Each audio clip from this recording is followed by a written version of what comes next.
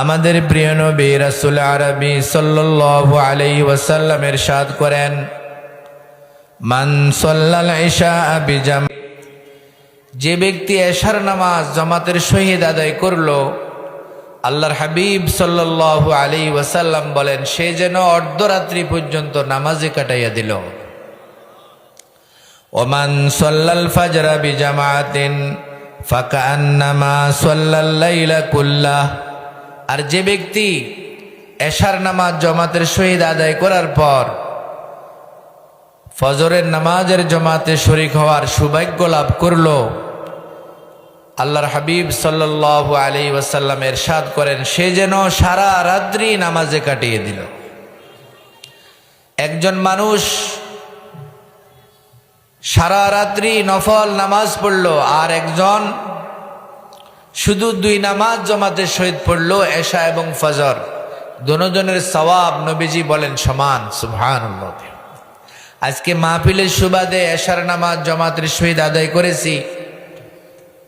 আমরা সকলে নিয়ত করি ইনশাআল্লাহ আগামীকাল ফজরের নামাজও বা জামাত আদায় করব। কি বলেন ভাই, সবাই নিয়ত করতে পারি তো? কে কে নিয়ত করলাম? আল্লাহ আপনি তৌফিক দান করেন, আল্লাহ আপনি কবুল ফরমান। হাদিস শরীফে এসেছে, নিয়াতুল মুমিনি খায়রুম মিন আমালিহি, ইমানদারের নিয়ত তার আমল থেকে উত্তম। ইমানদারের নিয়ত তার আমল থেকে উত্তম। নিয়ত করার দ্বারা মানুষ আমল না করার পরেও সওয়াব পায়। কোনো ব্যক্তি রাত্রে ঘুমাবার সময় নিয়ত করলো শেষ রাত্রে জাগ্রত হয়ে তাহাজ্জুদের নামাজ পড়বে, কিন্তু কোনো কারণে তার ঘুম ভাঙ্গে নাই, চোখ খুলে নাই, মুয়াজ্জিন ফজরের আজান দিয়ে দিলেন, তাহাজ্জুদের নামাজের সময় শেষ হয়ে গেল। এই হাদিসের আলোকে নিয়াতুল মুমিনি খায়রুম মিন আমালিহি, তাহাজ্জুদের নামাজ না পড়া সত্ত্বেও শুধু পাক্কা নিয়ত করার কারণে আল্লাহ সুবহানাহু ওয়া তাআলা তাকে তাহাজ্জুদের সওয়াব দান করবে। তাহলে নিয়ত করতে কোনো সমস্যা আছে ভাই? আল্লাহ আমাদেরকে পাক্কা নিয়ত করার তৌফিক দান করেন, এবং আল্লাহ পাকের কাছে আমাদের দোয়া জীবনের শেষ নামাজটাও আল্লাহ যেন জামাতের সহিত পড়ার তৌফিক দান করে। সবাই বলে আমিন। সম্মানিত হাজিরিন, যেহেতু দ্বীনি মাদ্রাসার মাহফিল, সেই বিষয়টিকে মাথায় রেখে আমি আমার আলোচনা কালামে পাকের দ্বিতীয় সূরা সূরাতুল বাকারা থেকে শুরু করছি। আমাদের আজকের মাহফিলের যিনি প্রধান মেহমান, যার আলোচনা শোনার জন্য আপনারা একত্রিত হয়েছেন, উনি আমাদের মাহফিলের কাছাকাছি এসে পৌঁছেছেন। বলি আলহামদুলিল্লাহ। আল্লাহ যেন সহি সালামতে হযরতকে আমাদের মাঝে নিয়ে আসেন। অল্প কিছু সময়ের মাঝে তিনি তশরিফ আনবেন। হযরত মঞ্চে আগমনের পূর্ব পর্যন্ত কিছু কথা বলার জন্য আমি আদিষ্ট হয়েছি। ভূমিকাতে কোনো কথা না বলে আমি আমার মূল আলোচনা শুরু করতেছি। আলোচনা শুরু করার পূর্বে সকলের নিকট অনুরোধ করব, একটু মনোযোগ সহকারে কথাগুলি আমরা শুনব। আল্লাহ সুবহানাহু ওয়া তাআলা ইরশাদ করেন, বাদা আউযু বিল্লাহি মিনাশ শাইতানির রাজীম, আলিফ লাম মিম। আলিফ লাম মিম এই হরফগুলাকে হরুফে মুকাত্তাআত বলা হয়। তাফসীর কারকগণ এর কোনো তাফসীর বা ব্যাখ্যা, অর্থ অথবা অনুবাদ কিছুই ওনারা বলেন না। আলিফ লাম মিম লেখে শুধু এতটুকু বলেন, আল্লাহু আ'লামু বিমুরাদিহি বিযালিক। আলিফ লাম মিমের অর্থ কি এটা শুধু আল্লাহই জানেন। কে জানে? আলিফ লাম মিমের অর্থ আল্লাহ পাক কাউকে জানান নাই, আমাদের নবীজিও এর অর্থ বলে দেন নাই। এজন্য তাফসীর কারকরা বলেন আলিফ লাম মিমের অর্থ আল্লাহই জানেন। আপনারা কথা বুঝতেছেন? আচ্ছা ভাই, আল্লাহ সুবহানাহু ওয়া তাআলা কোরআন নাযিল করলেন কোরআনের অর্থ বুঝে, সেই অনুযায়ী আমাদের জীবন যাপনের জন্য, সেই অনুযায়ী চলার জন্য।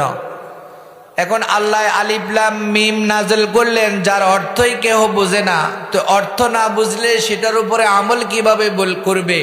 তাহলে আলিফ লাম মিম নাজল করার সার্থকতা কি? আল্লাহ কেন আলিফ লাম মিম নাজল করলেন? প্রশ্ন হয় কি হয় না? একটু জবাব দেন, প্রশ্ন হয় না ভাই? আলিফ লাম মিমের অর্থ আল্লাহ ছাড়া কেউ জানে না। তো এখন কোরআন শরীফ তো আমাদের উপরে অবতীর্ণ হয়েছে, নবীজির মাধ্যমে আমরা কোরআন পেয়েছি। এই কোরআনের অর্থ বুঝে সে অনুযায়ী জীবন গঠনের জন্য। এখন কোরআনের অর্থই আমরা না জানি যদি, তাহলে কোরআন অনুযায়ী আমরা আমল কি করে করব? হযরতে মুফাসসিরিন এই প্রশ্নের দুইটি জবাব দিয়েছেন। এক নম্বর জবাব হলো, কোরআনের শুরুতে আল্লাহ পাক হুরুফে মুকাত্তাআত নাযিল করে, যার অর্থ আল্লাহ ছাড়া কেউ জানে না। এই হরফগুলি নাযিল করে সারা দুনিয়ার মানুষগুলিকে, তার বান্দাগুলিকে আত্মসমর্পণ করতে বাধ্য করলেন। আল্লাহ বুঝাইতে চান, ও আমার বান্দারা, তোমরা কেহ এলেমের বড়াই করিও না, জ্ঞানের অহংকার করিও না, তোমার বুদ্ধির অহংকার করিও না। আরে বান্দা, তুমি জানো কি? তুমি তো আলিফ লাম মিমের অর্থ কি জানো? সারা দুনিয়ার মানুষকে এখানে চুপ করাই দিলেন, কেউ যেন নিজের এলেমের বাহাদুরি না করে, কেউ যেন বিদ্যার অহংকার না করে, কোনো বুদ্ধিজীবী যেন তার বুদ্ধি নিয়ে দাম্ভিকতা প্রদর্শন না করে। এই জন্য সারা দুনিয়ার মানুষকে আল্লাহ শুরুতে আলিফ লাম মিম নাযিল করে বললেন, বান্দা, তোমার জ্ঞানের পরিধি কতটুকু, তোমার এলেমের বহর কতটুকু? আরে তুমি জানো কি? তুমি তো আলিফ লাম মিমের অর্থ কি জানো? আল্লাহ সুবহানাহু ওয়া তাআলা তার কোন বান্দা অহংকার প্রদর্শন করবে, দাম্ভিকতা প্রদর্শন করবে, আমি বড়, এইরকম মনোভাব পোষণ করবে, এটা আল্লাহ পাক পছন্দ। আমি এদেশের সবচাইতে বড় আলেম, এইরকম দাবি করাটা আল্লাহ পাকের কাছে কি অপছন্দনীয়। অহংকার একমাত্র কার জন্য শুবে বলেন? ওয়ালাহুল কিবরিয়াউ ফিস সামাওয়াতি ওয়াল আরদ। আসমান জমিনে বড়ত্ব এবং অহংকার একমাত্র কার? মর উরার সদকে বেরিয়া ও মনি কে মুলকশ কদিমাস ওয়াজাতশ গনি। অহংকার করা একমাত্র ওনার শোবে, আল্লাহ ছাড়া আর কেউ অহংকার করা এটা আল্লাহ পাক পছন্দ। সাইয়্যিদিনা হযরতে মূসা আলা নবিয়িনা ওয়া আলাইহিস সালাতু ওয়াস সালাম, আল্লাহ পাকের জলিল কদর একজন পয়গম্বর, তিনি নবীও, তিনি রাসূলও। একদিন বনি ইসরাইলের সামনে এইভাবে বয়ান করতেছেন, কথা বলতেছেন। মজলিস থেকে একজন লোক দাঁড়াই বলল, আল্লাহর পয়গম্বর মূসা, বলেন দেখি বর্তমান জমানায় সবচাইতে বড় আলেম কে? মূসা আলাইহিস সালাম বলে, আমি। মূসা আলাইহিস সালাম কি বলছেন? কথাটা একেবারে বরহক, একেবারে সত্য কথা। নবী থাকতে নবীর চাইতে বড় আলেম কি উম্মত হইতে পারে? তো উনি বাস্তব কথা বলছেন যে আমি। কথা বলেন, আল্লাহ পাক সুবহানাহু ওয়া তাআলা তার প্রিয় বান্দাদেরকে বিশেষভাবে তিনি গঠন করেন। একটু সামান্য খেলাফে আওলা বিষয় হইলেই আল্লাহ সতর্ক করেন। আল্লাহ পাকের ইচ্ছা ছিল মূসা আলাইহিস সালাম বলবে, আল্লাহই জানে কে বড় আলেম। উনি এটা আল্লাহর সফরদ করা, এটা আল্লাহ পাকের কামনা ছিল। কিন্তু মূসা আলাইহিস সালাম যখন বলল যে আমি বড় আলেম, আল্লাহ ওহী ফাটাই বলল, না, আমার নবী মূসা, আপনার চাইতেও বড় আলেম কি আছে?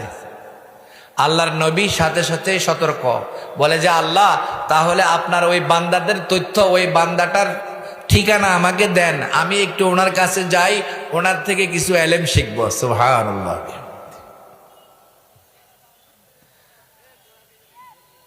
আল্লাহ পাক মূসা আলাইহিস সালামকে বললেন, মাজমাউল বাহরাইন, দুই সমুদ্রের মিলন কেন্দ্র, যেখানে দুইটা সমুদ্র একত্রিত হয়েছে, ওই দুই সমুদ্রের সঙ্গম স্থলে আমার একজন বান্দা আছে, ওই বান্দাটা আপনার চাইতে বড় আলেম।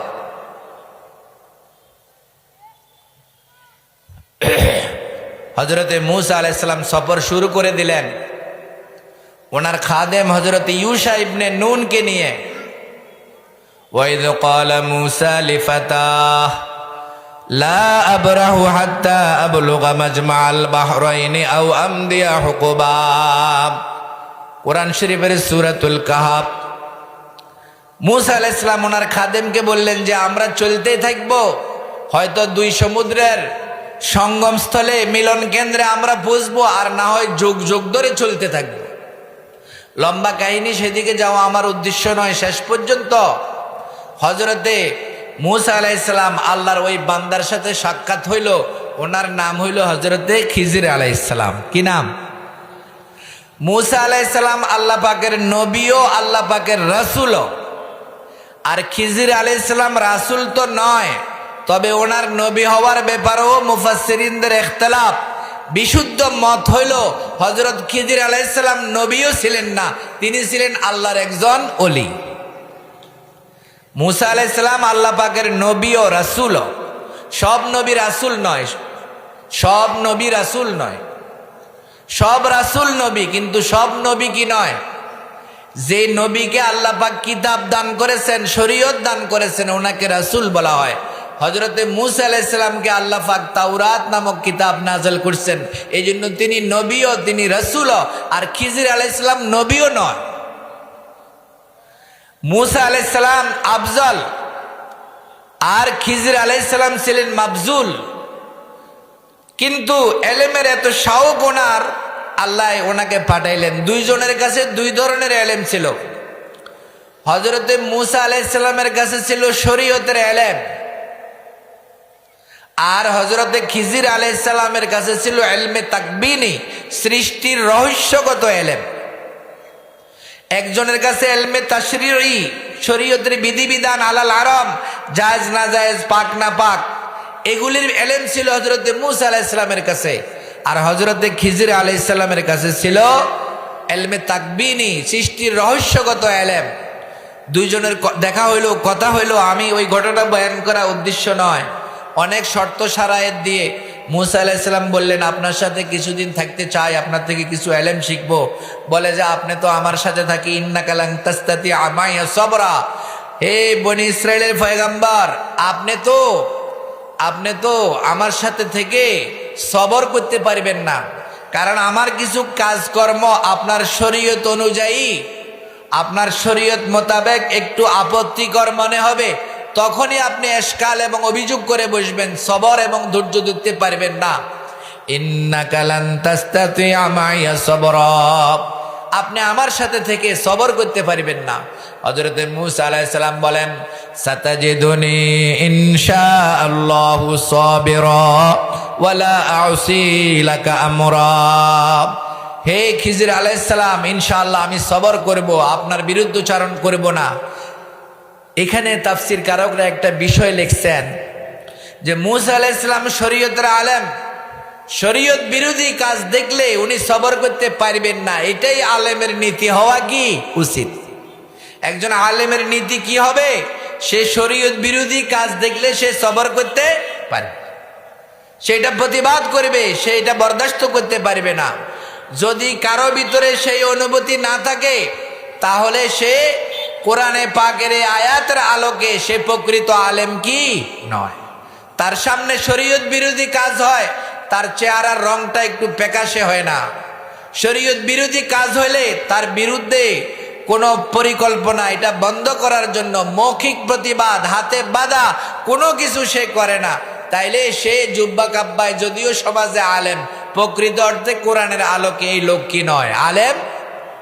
শরীয়ত বিরোধী বিষয়ের সাথে আলেম আপোষ করতে পারে না। যাই হোক ভাই, সেদিকে না যাই। দুইজন রওনা হইলেন। এই সময় আকাশ থেকে, মহাশূন্য থেকে একটা পাখি উড়াল মেরে সাগরের পানির মধ্যে ঠোঁট দিয়ে একটু পানি নিয়ে চলে গেল। হযরত খিজির আলাইহিস সালাম জিজ্ঞাসা করেন, হে বনি ইসরাইলের পয়গম্বর, আল্লাহ পাকের রাসূল খিজির মুসা আলাইহিস সালাম, বলেন দেখি, এই যে পাখি ঠোঁটে করে কিছু পানি নিয়ে গেল, এই পানি বেশি না এই যে সাগরে পড়ে আছে এই পানিগুলি বেশি? তখন হজরতে মুসা আলাইহিস সালাম বলেন, এটা প্রশ্ন করলেন, পাখির ঠোঁটের পানির সাথে তো এই অথই সাগরের পানির সাথে পাখির ঠোঁটের পানির কোনো তুলনাই হইতে পারে না। তখন খিজির আলাইহিস সালাম বলেন, হে মুসা আলাইহিস সালাম, আপনার এলেম আমার এলেম হজরতে আদম আলাইহিস সালাম থেকে নিয়ে কিয়ামত পর্যন্ত যত জিন ইনসান দুনিয়াতে আসবে সকলের এলেমকে যদি একত্র করা হয় সেটা হইলো পাখির ঠোঁটের পানির সমান। আর এই অতই সাগর হইলো আমার আল্লাহর এলেম। এটা প্রথম ডোজ দিছে অ্যান্টিবায়োটিক।